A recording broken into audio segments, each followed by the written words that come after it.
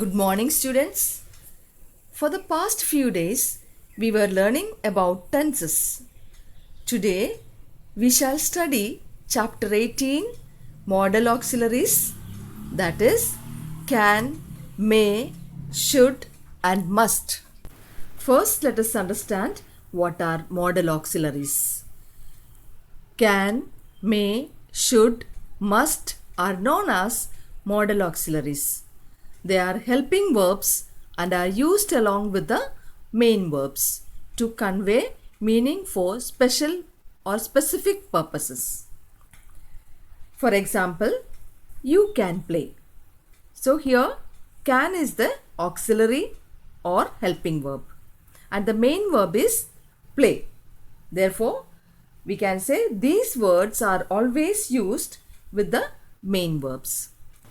Today, we shall learn only about the usage of can and may. Let us see the first one, can. Can is used to show an ability or give permission or to show a possibility of an incident taking place. Suppose a person has an ability to ride a cycle, draw or paint, then we use can. Similarly, can is used to give permission. For example, you can go to the ground. So here a person is giving permission. Can is also used to show possibility. It means chances are there that certain incidents may happen. The negative form of can is cannot or can't. Can't is the short form. Cannot or can't implies inability or impossibility or refusing permissions. What did I tell you earlier? Can shows ability, whereas cannot shows inability. Similarly, can shows possibility, whereas cannot shows impossibility. Can is used to give permission, whereas cannot is used for refusing permission. Now, let us look at few examples so that your concept will be clear to you. Children, look at these pictures carefully along with the sentences given to you. In the first picture, we can see a squirrel can climb trees. So, the first sentence matches with picture A. It shows the ability of a squirrel. The second sentence, we can see I can play chess. This sentence matches with picture B. Here it shows the ability of myself. And third sentence, the baby can't walk. This sentence matches with the picture C. So here it shows the baby's inability. Okay, children? Now, let us look at the second example.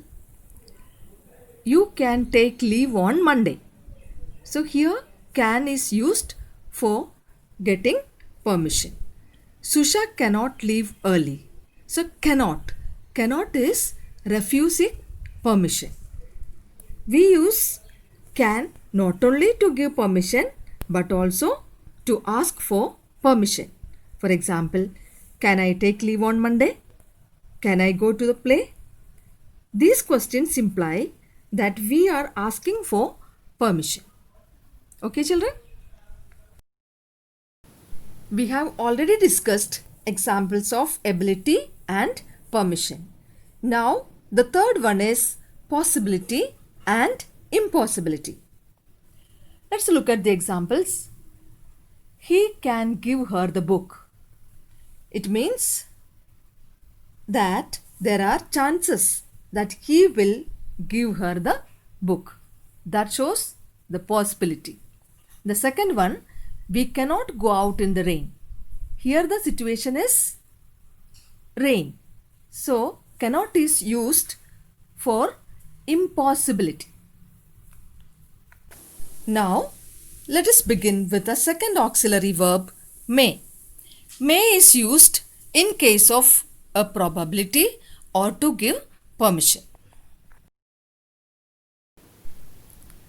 The negative of may is may not. It shows improbability or refusing permission.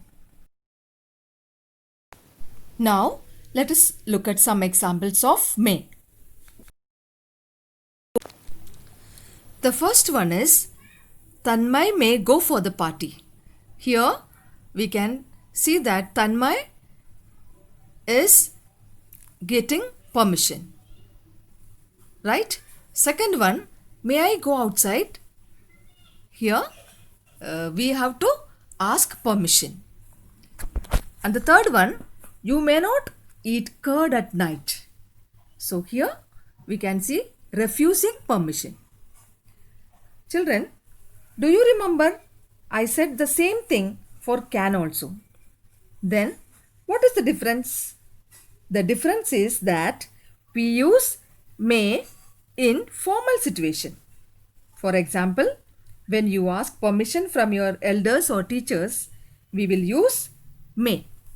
Suppose you want to enter a classroom, we ask, may I come in or can I come in? What will you ask? We should ask, may I come in, sir, or may I come in, ma'am? This is the correct way of speaking.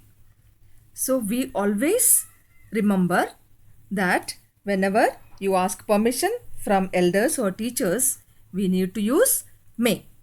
In other situation, suppose you ask something from your friend or someone who is in your peer group, you can use can. So, for example, can I borrow your pen? Can I take this book, please? So, all this you can use it. Okay, children? May is also used in one more case, that is, in case of probability. Let us go through the examples. Rani may go to the doctor tomorrow. There are chances that Rani might go to the doctor. Therefore, may is used for probable situations. Second one, Raju may not be in class. It means there are chances that Raju might not be in class. He might be somewhere else. Therefore, may not is used for improbable situations. Okay, children? Children, based on can, can't, may and may not, you have two exercises in page 64, that is A and B. Please solve it in the book itself. In the next class, we shall study about should and must. Thank you, children.